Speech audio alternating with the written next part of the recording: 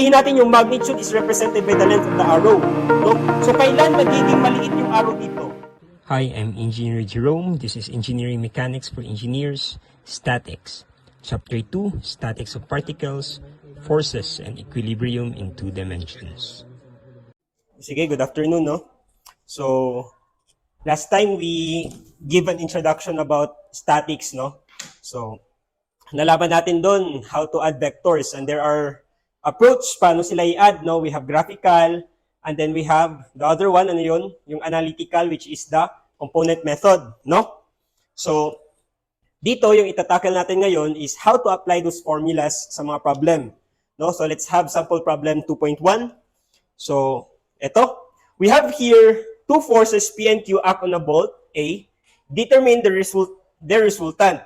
So, di ba, sabi natin, meron tayong dalawang approach. One approach is yung graphical. Dun, yung graphical natin, hinati natin sa dalawa. Merong parallelogram and polygon method, no? So, yung sa parallelogram, gagawa lang tayo dito ng, i-project lang natin tong Q sa tip, no? Ayan, i-project natin to. And then, ito din, yung P natin, lagay natin dito. Ayan, and then, nakagawa tayo ng parallelogram, and yung longer na diagonal natin, yan ang yung resultant natin, no? Pero kailangan pa natin to ng rulers to measure ano yung angle niya from the fixed axis. Ayan, yan yung direction niya. And then, ang magnitude naman niya kung gaano kahaba yung nabuo nating diagonal. Yan yung magnitude ng resultant natin. Other graphical approach is yung tinatawag natin polygon, no? Polygon method, yung isang vector natin, ilagay lang natin dito sa tip ng other vector natin, and then yung mabubuo nating polygon, ito, makaka-enclose sa kanya, yan na yung resultant natin. So, arbitrary, no? Pwede nating unahin yung P, saka pa si Q, or unahin natin si Q, and then i-project natin dito si P. The same pa rin yung makukuha nating resultant, no? So, sa analytical, again, ano pa yung other term ng polygon natin? We have the tip-to-tail method, no? Kasi, dinudugtong natin yung tail ng isang vector sa tip ng another vector, no? So, ayan. Now, for the component method, another approach pala nito din is yung trigonometric, no? Kung mapapansin nyo, sa graphical natin, kailangan natin ng ruler. Pero what if yung mga given sa natin, sa polygon natin, is enough para mahanap yung ibang parts ng polygon? Di ba? For example, ito. Yung P natin towards that direction, no? And then yung Q towards that direction, tip to tail, no? This is P, this is Q. We know that its resultant is yung direction na to, no? Ano yung nabuo nating shape? Rectangle, triangle, no? So, lagyan natin ng mga dimensions. So, dito, this is 20 degrees, tama? And then dito din, ayan, kung i-extend natin to, this angle here, ilan yan? 25 degrees. So, ito din, pareha sila, this is 20. So, yung total, ano yung total dito? We have 45 degrees, tama? Now, kung extend natin to, itong P natin, extend natin to, ayan. And then, sabihin natin 90 degrees to. Nakagawa tayo ng, ito, 90 degrees to, ayan. Di ba yung nabuo natin dito, another triangle naman to, no? Makukuha ba natin yung length nito at saka length nito? Ito sila, makuha ba natin? Yes, no? Kasi we know ano yung length nito. Ano yung length nito? We have 60. So therefore, ano yung length dito? Ito siya. Ano yung length na to? This is, adjacent man to sa 25. So this is 60 cosine 25. Tama ba? How about this one? Opposite to sa 25. So this is 60 sine 25. Tama? Now, meron tayong triangle dito. What we want to know is yung length nito, tama? Now, ano yung napansin nyo? Ito, hanggang dito, hanggang dito. Another triangle na naman na right, tama? No? So therefore, kung right triangle to, pwede kong gamitin yung anong theorem? Pythagorean theorem, tama? Ano yung sabi doon? Yung r natin, r squared, the hypotenuse is just equal to yung length nito, squared plus, okay, length nito. So, paano natin makukuha yung length na to? Ito siya. This is just this one here plus this one here. Tama? So, this is, pila ni siya? 40, no? We have 40 plus 60 cosine 25. Tama ba? So therefore, yung solution natin, r squared is equal to a squared plus b squared. Yung r natin is just the square root of, ano yung a natin? This one. 40 plus 60 cosine 25 squared plus, ito, we have 60 sine 25 squared natin yan. So ano yung makukuha natin? We have our resultant as 97.7 newtons. Now, yung resultant natin is a vector. So ano pa yung kailangan natin hanapin? Yung direction from the fixed axis. Kung ito yung fixed axis, ano to? Ano yung angle na to? No? So ito yung theta r. So ano yung theta r natin? Theta r is just equal to this angle here plus 20, tama? Sabihin natin this is phi, no? So theta r is just phi plus 20 degrees. So paano natin makukuha si phi? Right triangle to. No? So we have, pwede tayo tangent, no? Tangent phi is just equal to opposite over adjacent. Tama? Towa, so katowa. So ano yung opposite? 60 sine 25. Ano naman yung adjacent? We have 40 plus 60 cosine 25. So ano natin to? Transpose natin doon. This one here becomes phi is equal to tan inverse kung ano mang makuha dito. Tama? So yung phi pala natin, isolve natin yan, that is equal to 15.04 degrees. So therefore, makukuha natin yung direction ng ano natin, resultant, which is 15.04 plus 20, that is equal to 35.04 degrees. Any questions dito? So, understandable ra mo? Sige. Let's have another approach, no? Ito siya, one approach lang to, no? Another way to look at this is, pwede tayo mag-component nito, tama?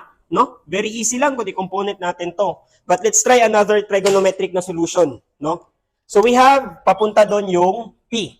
Ano yung length niya? 40. And then, i-connect natin si Q. And then, ano yung length niya? 60. So yung resultant natin is this one here. This is the resultant. And then, we know that, ano yung angle na to? 20, tama? So therefore, ano yung angle na to? Ito. It's 20 plus 25, tama? So 20 plus 25, we have, 45, no? 45. 45 degrees. Therefore, ano to? Ano yung angle na to? Ha? 45 din, tama? 45, maliit na 45. Ito, ano yung angle na to? 90. How about this one? Opposite sila. They are equal. So, 20. So, 20 plus 90 plus 45, that is equal to 155. Tama? 155. So, therefore, the whole angle here is 155. Ayan, 155 degrees. No? Very easy lang. Geometry sa high school. No? Na ano yung napapansin nyo? We have two legs and a given angle. No? Di ba sa cosine law at saka sine law, if meron kang dalawang given na side, and then yung isang angle is in between nila, ano yung gagamitin mong law? Cosine law. No? Always na, no? If kung given ka ng dalawang sides, and then yung angle is hindi in between sa kanila, gagamitin mo sine law. Pero kapag dalawang side, and then yung given na angle is in between sa kanila, ang gagamitin mo cosine. No? Cosine. So, ayan lang. Ano yung hinahanap natin? Ano yung cosine ulit? Cosine law, we have a squared is equal to b squared plus c squared minus 2bc cosine c. Ay, cosine a. No? So, a means yung opposite na angle. No? A dito, A. Ibig sabihin, opposite sila. So, yung hinahanap natin, R. So, R squared dito. And then, ano yung opposite niya? 155. Opposite sila, no? So, therefore, ito siyang A dito is 155. Okay? So, we have 40 squared plus 60 squared minus 2 times 40 times 60 times cosine 155. So kung i-solve natin to, r squared dito, r natin dito na lang, diretso na lang, no? We have 97.7 newtons. No? Very easy. Ayan. Now, di ba, dapat malaman natin kung ano yung phi dito, no? Para makuha natin kung ano yung theta r. Tama? So, paano natin kunin yung phi dito? Hinahanap natin. So, dyan na papasok si sine law. No? So, ano yung sabi ni sine law? Opposite angles, no? Ay, opposite side at saka angle. So, we have 60 over sine phi is equal to, ano naman yung may given? Ito sila, no? So, we have, ano yung resultant? 97.7. Ano yung opposite angle? Sine 155. So, makukuha mo yung phi. So, yung phi dito is simply just sine inverse of 60 sine 155 over 97.7. So, yung phi natin dito, that is equal to 15.04 degrees. No? So, therefore, yung theta r natin, which is phi plus 20. 20 ba? O, 20. So, that is 15.04 plus 20. We have our theta r equal to 35.04 degrees. No? The same pa rin yung nakuha. So, maraming approach. Pag solve to, hindi na natin gagamitin yung ruler at saka protractor. So, it's either component method or yung trigonometric na approach. No? And then sa trigonometric, pwede yung isa, pwede ito, no? Ano pa? Advice lang kapag yung mga problems natin, nag-i-involve ng dalawang vectors and then hahanapin yung resultant. So basically parang tatlo lang. 'Di ba ano yung mabubuo na shape kapag tatlo yung sides? We have triangle, no? Mas better na gamitin to, mga triangle method. Ito yung tinatawag na triangle method, no? Nakakagawa ka ng triangle, i-solve mo lang yung geometry niya. Mahanap mo na yung mga magnitude. Okay? Sige, erase. Let's have another example. Ito siya. How about this one? So, two tugboats are pulling a barge, no? If the resultant of the forces exerted by the tugboats is a 5,000 force directed along the x-axis of the barge, determine the tension in each of the ropes, given that the alpha is 45, and letter B, the value of alpha for which the tension in the rope 2 is a minimum. So, dalawa yung problem natin dito. Yung first problem, sabi niya that ano daw yung tension sa 1 at saka sa 2 if alpha natin is 45 and yung resultant daw ng dalawang tension is nasa horizontal. Tama? Now, pangalawa, ano yung sabi dito? The value of alpha for which the tension in rope 2 is minimum. Anong ibig sabihin? Ano daw yung value ng alpha wherein magiging minimum yung ini-exert na force ni 2? No? So, sige, mamaya na lang yan. Dito muna tayo sa first na problem. Ano daw yung tension sa 1 at saka sa 2 if yung resultant nila is nasa horizontal and then yung alpha is at 45 degrees. Kaya? So, ano yung gagawin natin? Yung force natin sa T2 papunta doon, tama? This is our T2.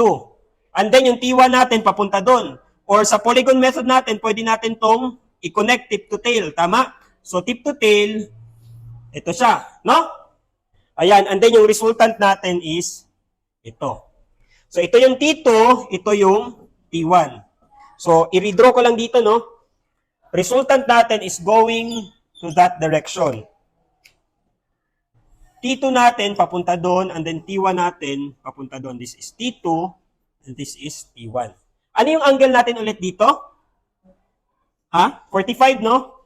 45 degrees. Now, yung T1 natin, anong angle to? We have 30. So, ayan. And then, given ba tayo ng resultant? Ito, no? 5,000.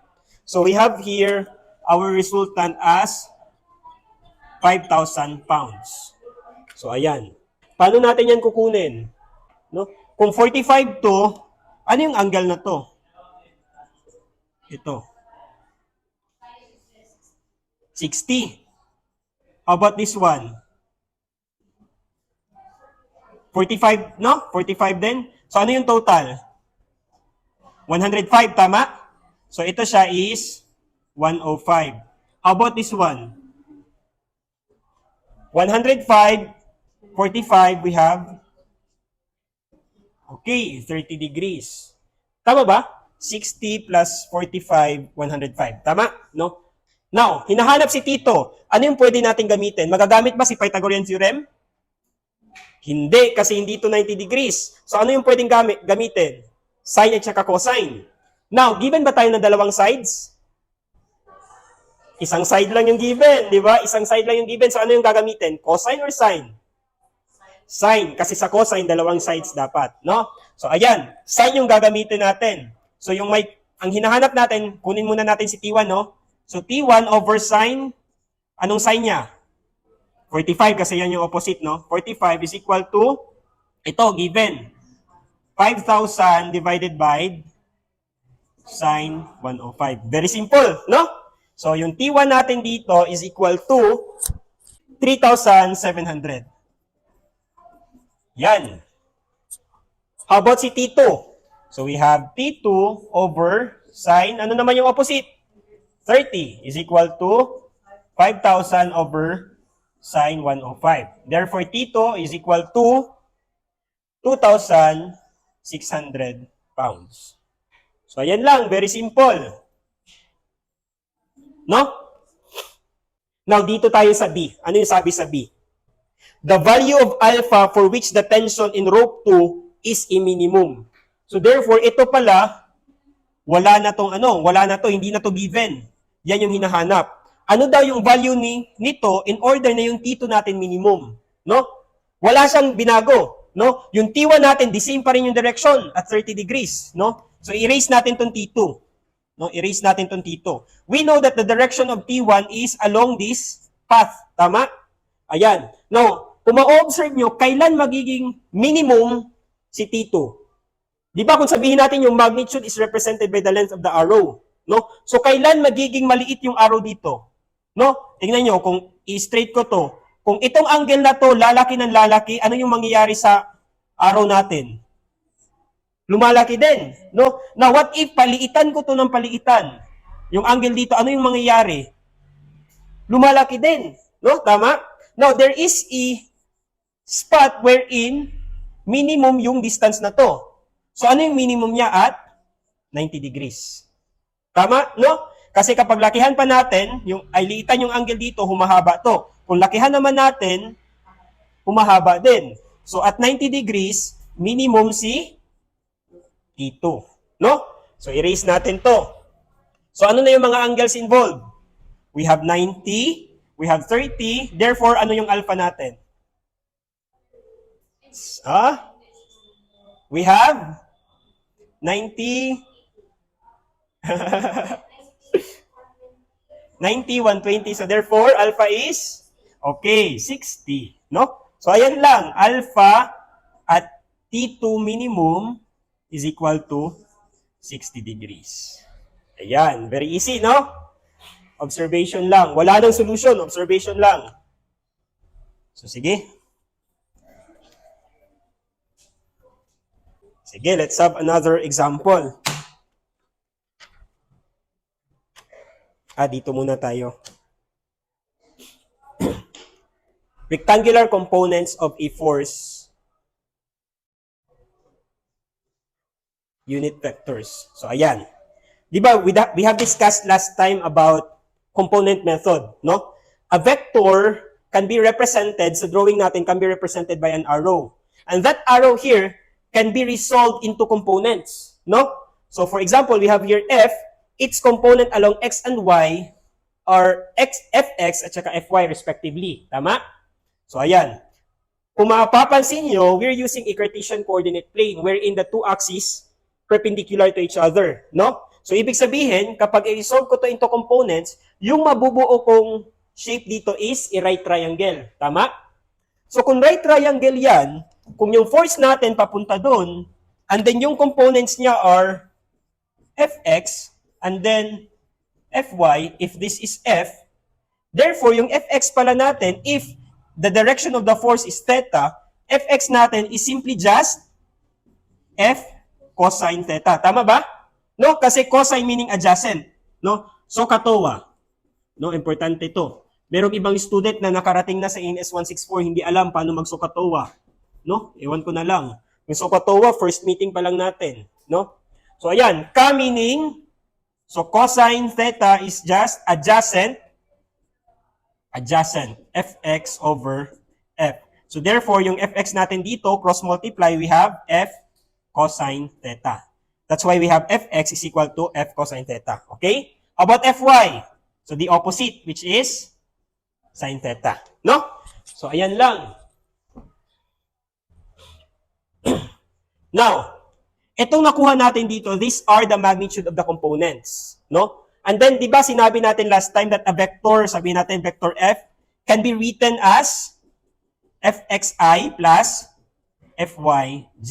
No? So, ayan lang. Or, can be written as f cosine theta I plus sine theta j. Tama? So, pinactor out ko lang yung magnitude ng f. Yung f natin.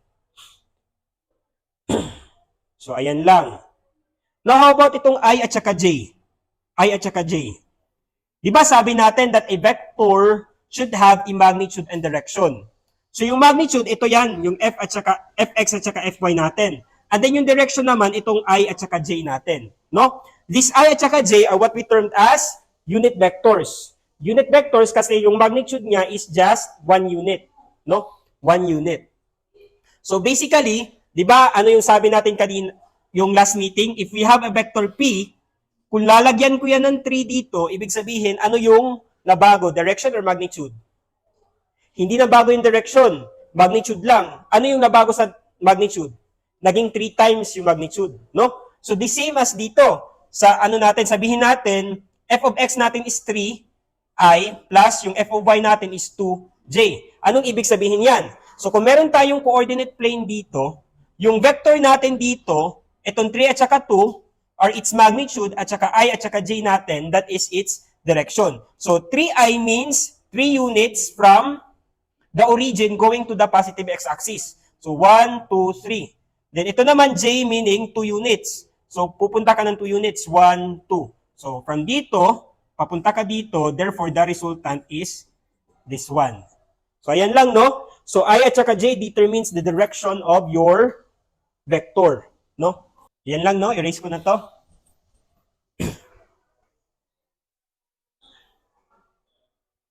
So, ano lang, concept problem 2.1.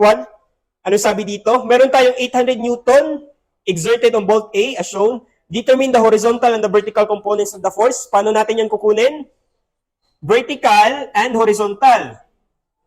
Ayan. So, ito yung horizontal, ito yung vertical. Ano ulit yung f of x natin? F of x is f cosine 35, tama? So, this is equal to 800 cosine 35. How about this one? F of y natin is 800 sine 35. Tama ba yung answer natin? Mali. No? Kasi dapat may negative pa dito. No? Kasi going to the negative x-axis. Now, ano ulit? Kung ayaw mong magkamali sa negative sign, ano yung gagamitin mo? We have the angle from the positive x-axis yung gagamitin. So from here, papunta dito. No? Ano yung angle na to? 90 plus, pila? 145? Okay, 145 degrees. So instead of negative 800 cosine 35, pwede mong gamitin 800 cosine 145. The same lang yan, negative yung answer. So okay, so yan lang yung pag-resolve natin. Erase.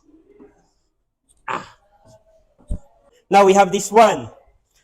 So concept application 2.2. A man pulls a force of 300 newtons on a rope attached to the top of the building as shown. What are the horizontal and the vertical components of the force exerted by the rope at point A? No? So ayan. Now, ano yung given dito? Given tayo ng force na 300 and we know that papunta yan dyan, no? 300. So kung titingnan natin dito sa ano natin, illustration, yung force natin papunta doon. Ano yung angle niya? The same as dito. Tama? So, ayan. Ayan. Ano yung tanong? What are the horizontal and the vertical components of the force exerted by the rope at point A. So ano daw si f of x at saka si f of y, tama? Ano ulit yung formula ni f of x? 300 cosine alpha, tama? How about this one? We have negative 300 sine alpha, tama? Now, we don't know ano yung cosine alpha at saka sine alpha, no? So, pwede natin yan kunin dito, no? Ano yung sabi dito? Ano yung cosine alpha dito? Cosine alpha is equal to adjacent over hypotenuse. Cosine, no? Ano yung hypotenuse natin? We have 8 at saka 6. Di ba yung hypotenuse natin, we have, sabihin natin C ito, no? C is equal to square root of 8 squared plus 6 squared. So, that is 64 plus 36, 100. So, this is 10. Tama? So, therefore, this length here is 10. No? Therefore, cosine alpha is adjacent over hypotenuse. So, we have 8 over 10. How about sine? Sine alpha. We have opposite over hypotenuse. Tama? So, we have 6 over 10. Now, instead pala na yung gamitin mo 300 cosine alpha, pwede mong gamitin to 300 times, ano yung cosine alpha? 8 over 10. How about this one? This is 300 times 6 over 10. No? So that is another way of solving the component. Instead of using cosine dito, yung titingnan mo lang yung mga sides ng diagram natin. No? Opposite over hypotenuse. Ang isa, adjacent over hypotenuse. No? So instead of using cosine alpha, diretso ka na sa 8 over 10 at saka 6 over 10. No? So that's another technique. No, gamit na gamit to. Labi na sa 3D, libog na kayo yun. Libog na kayo maglantaw-lantaw ba ng angle-angle. Magkuha ka ng mga angles. So titingnan mo lang tong mga sides ng triangle, ito na. No? So ayan lang. Follow? Sige. So, ayan. Let's have this one. No? Say we have adding forces by summing x and y components. Say we have 3 vectors here, P, S, Q. No? Ano yung gagawin natin? Ano yung vector P, S, Q, no? Di ba yung vector P natin is just equal to PXI plus PYJ. Tama? Ano naman yung S? We have SXI plus SYJ. And then lastly, we have Q. Therefore, this is QXI plus QYJ. Now, how do we add the vectors? Ano yung gagawin? Di ba kung i-add natin yan, ano yung vector na lalabas? We have the resultant vector, tama? So that is equal to RXI plus RYJ. Ano ulit yung RX? RX is just the sum of PX plus SX plus QX. No? Isa mo lang to, that is equal to RX. How about RY? Isa mo lang din, PY plus SY plus QY. So, ayan lang ka-easy. No? So, what you need to do is to resolve each vectors into each component and then add up all the x, that is Rx. Add up all the y, that is Ry. No? So, this is our Rx and Ry. Okay? Now, how do we get the magnitude ng Rx, ay ng R? R natin, the magnitude is just square root of Rx squared plus Ry squared. And then the direction, we have, ano yon? Tan inverse Ry over Rx. No? So, very simple. Anyways, na-discuss naman to, no? Last time. So, for the video. Sige lang. No? So, ayan. So, ito, na-solve na din natin last time, no? So, hindi ko na lang isosolve dito. No? Alam niyo naman to, no? Na-solve na? Sige, proceed tayo. Now, ito. Forces and equilibrium in a plane. Equilibrium of a particle. So, dito sa statics, same as sa dynamics natin, no? Ina-assume natin that yung mga objects are particle. No? Particles. Kasi kapag ito hindi siya particle, ayan, kung mag-a-add up ako ng force dito and then naka-hinge to dito, ano yung mangyayari? Iikot yan, magro-rotate. So dito, sa chapter 2, ina-assume muna natin that yung mga bagay-bagay is parang point lang, a particle lang. Wherein kung mag-apply ka ng force, lahat yan is naka-apply sa isang point. No? So, ayan. Now, how about this topic, equilibrium of a particle? Kailan natin masasabi that a particle is in static equilibrium? Kapag ano yun? Kapag meron tayong object, nilagyan ko dito ng force, nilagyan ko dito ng force, nilagyan ko dito ng force, and then yung object natin hindi gumalaw. So, ibig sabihin that is in static equilibrium. No? How about this girl here? This girl here, we know that meron siyang gravitational force. Hinihila siya pababa, sabihin natin 100 pounds yung timbang niya. No? So, hinihila siya pababa. Kaso, stationary, hindi siya gumagalaw. Ibig sabihin, there is another force na humihila sa kanya pataas. No? And that is our tension in the rope. No? So therefore, the forces exerting on this girl here are the gravitational force and the tension. Wherein kapag i-add up natin yan, resultant niya is 0. No? Resultant niya is 0. So ayan lang. So di ba? What if maraming forces yung involved dito? Meron tayong F of 1 papunta doon, F of 1. And then meron na naman tayong F of 2, no? F of 2, and then may F of 3 tayo, F of 3. Then, di ba we know that the resultant is, kapag i-connect natin to and then ma-enclose siya, magka-shape siya ng polygon, that is our resultant. No? So, kailan natin malalaman that an object is in static equilibrium? That is when our resultant is 0. Tama? So, therefore, kailan magiging 0 yung resultant? If this length here is 0. Tama, no? So, paliitin natin to ng paliitin. Ayan. If yung F3 natin will go back to the original position, ayan, ito na yung F3 natin. Therefore, yung resultant niya is walang length, tama? So therefore, yung resultant is 0, and hence, yung object natin is experiencing static equilibrium. No? So ayan lang. Kapag in-add up natin lahat ng forces, and then yung resultant 0, therefore, static equilibrium yan. Okay? So ayan. Ano yung mga example nito? Let's have an example. So, ayan muna. Ano yung sabi ni Newton dito? Anong law to? First, second, third. Sabi dito, if the resultant of the force acting on the particle is 0, the particle will remain at rest, if originally at rest, or will move with constant speed in a straight line if originally in motion. So since static naman tayo, let's focus on the first part, no? The resultant force acting on the particle is 0, the particle will remain at rest, or it will not move, no? So ayan lang.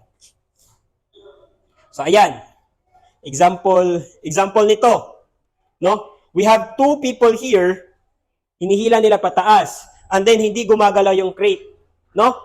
So therefore, ano yung resultant dito? 0. No? Ano yung mga tensions na meron dito? We have tension AB, tension AC, and yung downward natin na sabihin natin 736 Newton, yung weight ng crate natin. No? Since ito siya, hindi gumagalaw, ibig sabihin, if we combine all these three together, 0 dapat yung resultant. Ibig sabihin, yung shape niya is ganito. Walang pang-apat. No? Di ba kanina yung mga sinolve natin, meron dalawa, and then yung pangatlo, resultant. So dito, tatlo, yung pang-apat is 0. So yung ma-shape natin is triangle ulit. So ayan lang, no? Given na tayo ng angle, connect lang natin head to tail, makukuha na natin yung TA at saka TB natin. Ay, TAB at saka TAC natin. No, let's have an example. Anong meron dito? In the ship unloading operation, a 3,500-pound automobile is supported by a cable. No, sinusuportahan siya. A worker ties a rope to the cable at A and pulls on it in order to center the automobile over its intended position on the dock. At the moment illustrated, the automobile is stationary, no? So static equilibrium, no? Resultant is 0. The angle between the cables and the vertical is 2 degrees, and the angle between the rope and the horizontal is 30. What are the tension in the rope and cable? No? So, ayan. So, ano yung mga forces involved dito? We have tension AB, no? Papunta doon. Tension AB. And then we have tension AC. And then we have papunta doon na yung weight natin. Tama? So, ayan. So, ito yung free body diagram natin. Okay? I-drawing ko lang ulit, no? Para mas klaro. Yung tension AB natin is papuntang direction doon. No? This is TAB. And then, yung TAC natin is papunta doon. TAC. And then, yung weight natin is Papunta doon. Yung mga angles nila, this one here is 2 degrees. Ito naman is 30 degrees. Tama? So, ayan.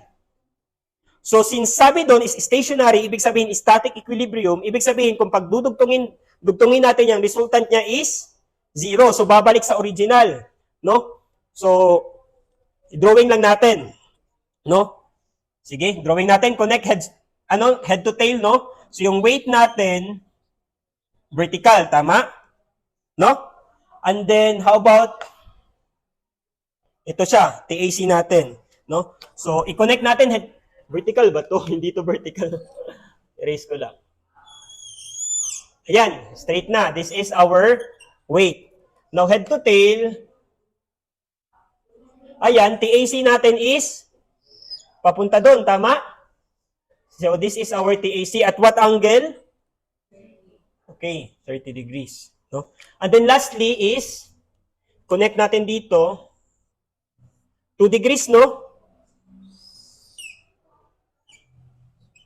Ayan. So, at an angle, 2 degrees. Tama? So, ayan lang. This is our TAB.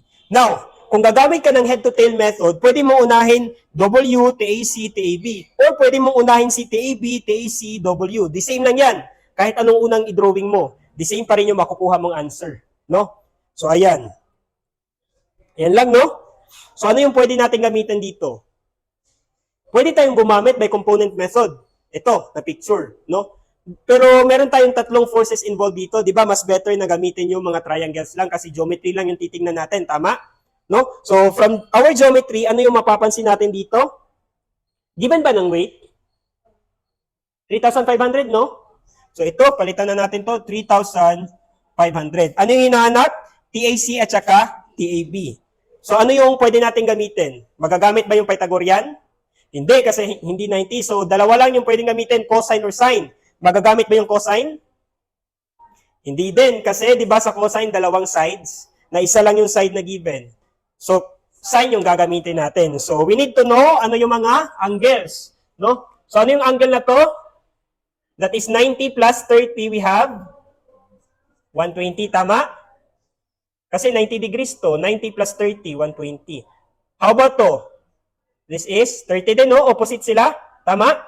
So, therefore, ano yung angle na to? Diba? 90 to. Minus 32. We have 58. Ay. 58, no? Tama. This is 58 degrees. So, kung ito 120, ito 58, ano naman to?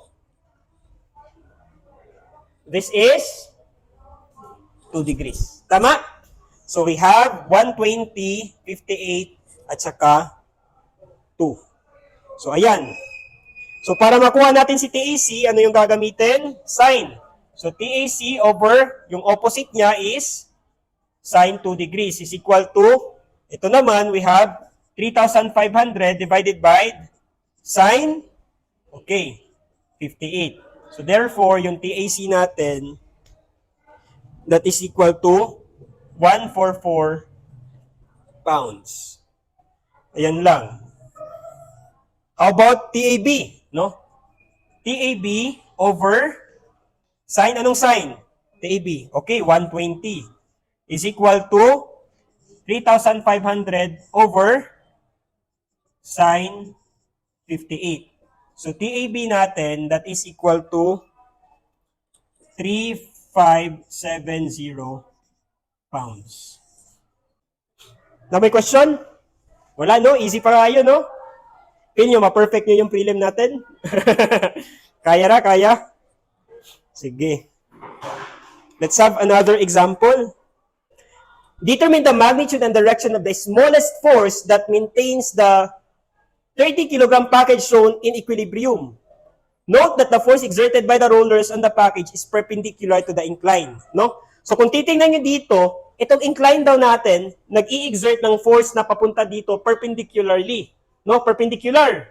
No? Kasi kung wala tong i-exert na force, mahuhulog to. Tama? Kasi wala siyang paglagyan. So merong imaginary na force dito na tumutulak sa kanya para hindi siya mahulog. No? Papunta doon. Ayan. So kung ito yung vertical, ito naman yung horizontal. Hindi natin horizontal to. So itong force na to is 90 degrees from here. No? So ayan, 90 degrees. So 'di ba kung mapapansin nyo, kung ito siya is straight, no? And then makikita nyo dito, in-incline siya by 15 degrees. Ayan, giana siya by 15 degrees. So therefore, ito. Tingnan natin to, no? Yung force natin papunta doon, tama? 90 degrees, no? Kung i-straight ko to, ayan, ganito ko to, 90 degrees din to, no? So yung pag-incline niya na 15, that would cause this one here to be 15 degrees also. Tama? Na-imagine nyo? So ayan. So yung force natin dito is at 15 degrees from the vertical. So ayan. Yung tanong dito, ano daw yung force na ilalagay ko dito, yung magnitude at saka direction, in order for this 30 kilogram na package, stationary or in static equilibrium. No? So ano kaya sa palagay nyo? Kailan magiging minimum si force? No? Kailan magiging minimum? Now, kung yung force ko papuntang direction dun, ayan, hinga na ako ko ano. Di ba yung components niya, kung titingnan natin yung component nito, may component siya na along x and then along y na pababa. No? Itong along y na pababa, papunta dun, masasayang lang. No? Kasi tinutulak niya lang papunta dito, against dun. No? Di ba yung kailangan lang natin na force na para mag-stay po to siya is yung force na papunta dun. No? So kailan to magiging minimum yung force natin dito? If this one here is 0. No? Kung magiging 0 to, itong length na to, liliit ng liliit ng liliit na hanggang equal na dito. May imagine nyo? O, ayan. So therefore, the minimum requirement or minimum force na kailangan para matulak to siya is when this force is parallel sa ruler natin dito. Tama? So ayan. So therefore, kung parallel sila, kung 15 degrees to, ano yung angle natin dito? 15 degrees din. No? Yan din yung alpha natin. Klaro? So ayan. Now, ano pa yung force na involved dito? May force tayo, normal force papunta doon. May force na tumulak tayo dito. And then, may additional force na naman, no? Yung weight niya. Tama? Yung weight. Ano yung weight niya? Weight niya is? Okay, 30 times 9.81. No? So, basically, that is equal to 294 newtons. Tama? So, ayan, drawing lang natin. Tatlong forces lang yung involved. Ibig sabihin, pwede tayo mag-triangle method, no? So, yung force going downward, we have 294. Tama? And then, ito naman, connect natin to, tip to tail, no? Papunta doon. Ayan, this is our P. At what angle? At what angle? Kung 15 to, 15 din to, tama? No? So, ito siya is 15 degrees din, no? And then, i-connect natin tong F. Ito. F natin at what angle? 15 degrees din, no? Papunta doon. So, kanina, kung 15 degrees to, ito din is 15 degrees. Tama? So, ayan. Sulat muna natin to. This one here is 15 degrees. Kung ito siya at saka ito, 15 degrees din to. Tama? So, therefore, ano to? 90 minus 15, we have 75. Tama? 75. So therefore, yung total nito, we have 90. Tama? 90? 90. So ano yung angle natin dito?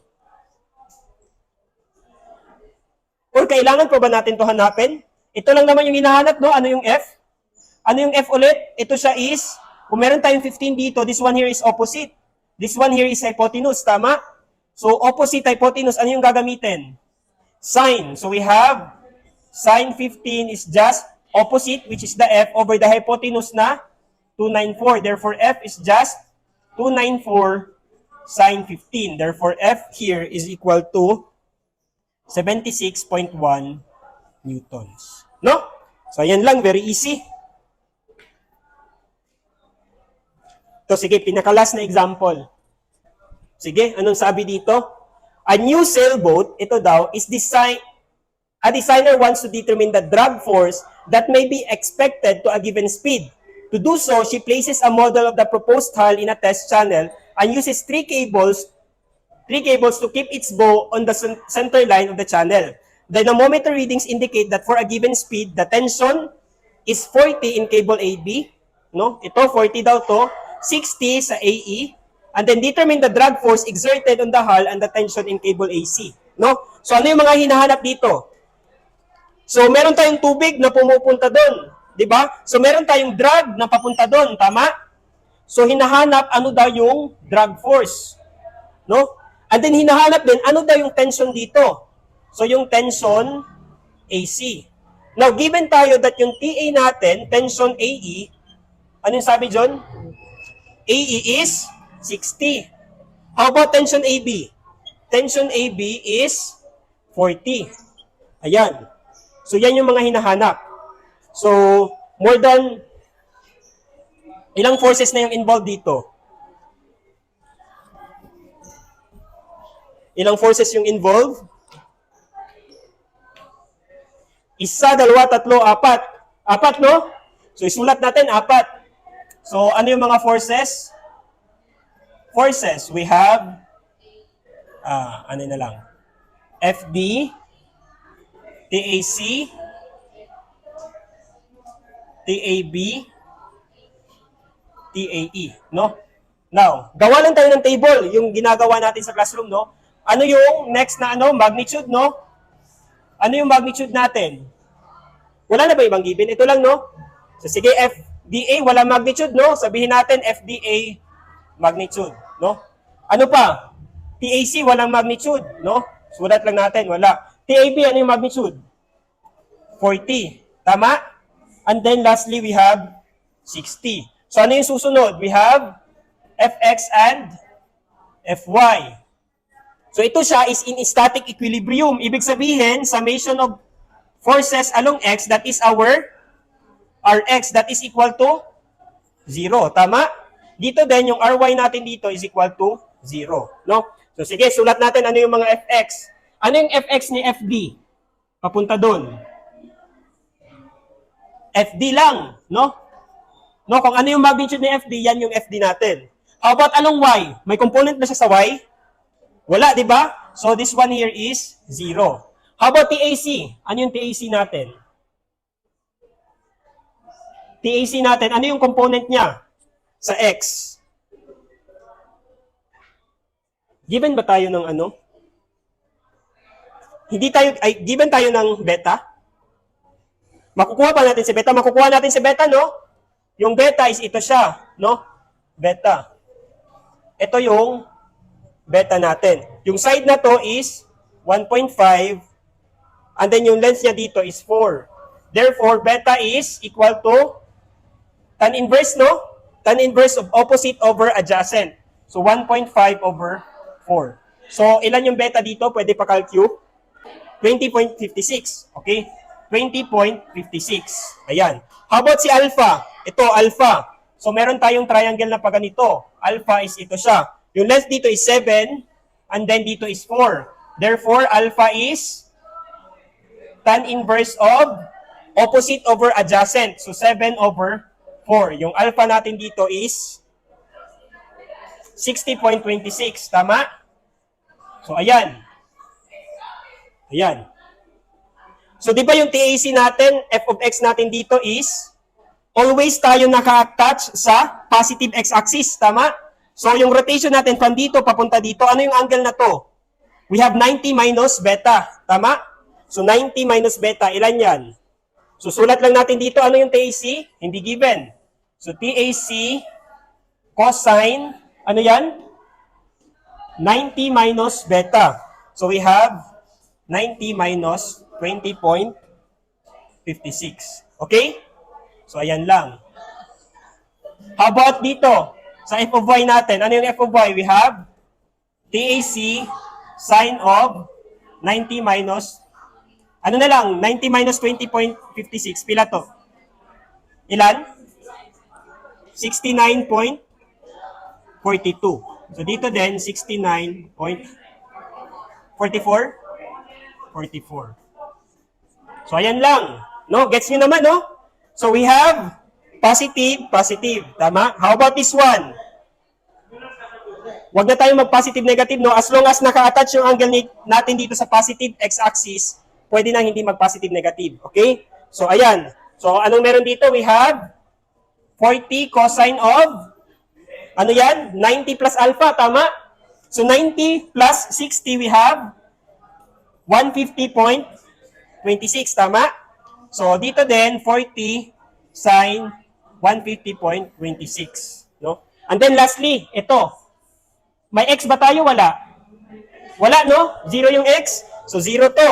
How about y? Ano yung y natin?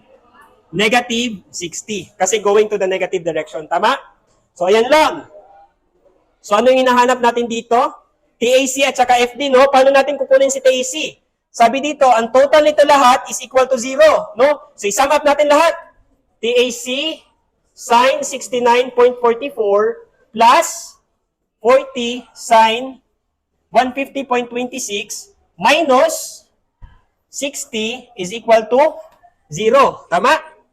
So, ano yung makukuha natin dito kapag isolve to? Si TAC, no?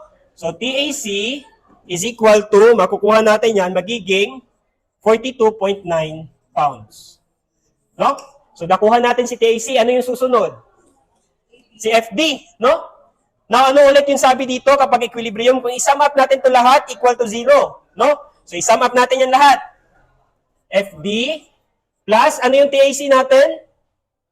42.9 cosine 69.44. Then ito plus 40 cosine 150.26 is equal to? Okay, 0. So, kung isolve natin to lahat, yung matitira sa left side with FD, so isolve natin to, FD is equal to 19.66 pounds. No? So, ayan lang. Gets nyo naman yung process, no? Summation nito lahat, equal to 0. Summation dito, equal to 0. So, we have two equations having two unknowns. So, solvable. No? So, ayan lang. Dito lang tayo mag-end. And then, next lecture, we have 3D. No? So, tapos na. Sige. Thank you for coming.